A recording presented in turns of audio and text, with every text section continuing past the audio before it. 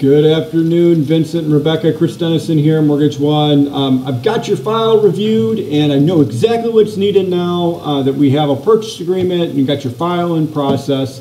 So I wanted to go over a quick list of items that we need in order to get your loan to underwriting once the appraisal comes in. So what I need is a homeowner's insurance quote. So you'll contact your insurance agent and let them know that you're purchasing a home, provide the address, and then they'll probably look it up on the MLS and just kind of see what the home's worth. They'll ask you some questions about the home and then be able to get you a quote. So the quote has to be higher than the actual loan amount that you're borrowing, just for a heads up.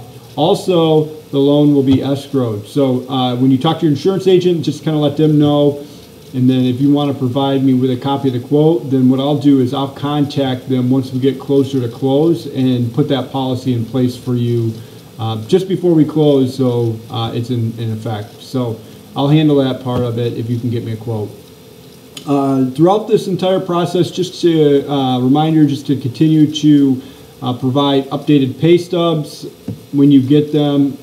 It's nice to have updated pay stubs throughout the process, just in case underwriting asks for them, and then we don't have to come back and continue to ask for a pay stub. So continue to send pay stubs. So also, I've attached in this email your mortgage credit certificate application, or your MCC documents.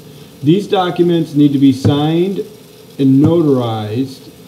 If you'd like, I am a notary. You can come by the office. I'll be happy to take care of those documents for you. Otherwise, you can take them to any bank and then they'll notarize them for you as well.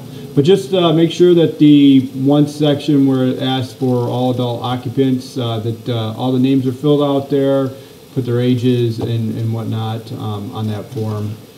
And then I've also attached for Rebecca to sign, even though you're not on the loan. I've got to check and verify your income and what your income looks like, because the MCC tax credit looks at total household income. So Rebecca, if you could get me the signed authorization form, which is attached to this email, along with the 4506T, which just verifies that you filed your taxes and that we have a 2-year earning history, so we can kind of get an idea on the total household income.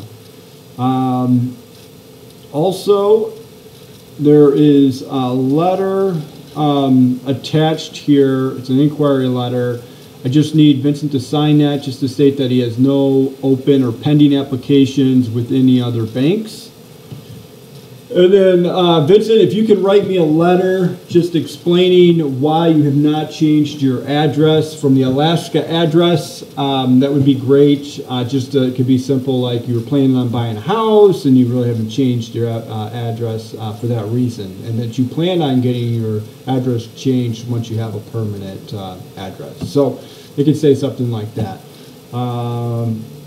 Also, the gift letter. So we're getting a gift. So Scott had already sent the gift letter out, and so I need the gift letter signed by Vincent and then the donor, and then the amount, and then we need a copy of the canceled check to document that the donor had enough funds in the account to provide the gift. I also see that, Rebecca, you provided the realtor with the good faith deposit, and that probably came out of your account, I'm assuming.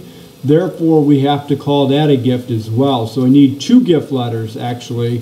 One from the other family member, and then one from Rebecca, stating that she gave the remittance or the good faith deposit for the purchase. And so, Rebecca, I just need you to print out a 30-day transaction history just to show that you had the funds in your account to provide for the good faith deposit. If you have any questions related to that, just give me a call. And then lastly, from Vincent, I need 60 days of bank statements.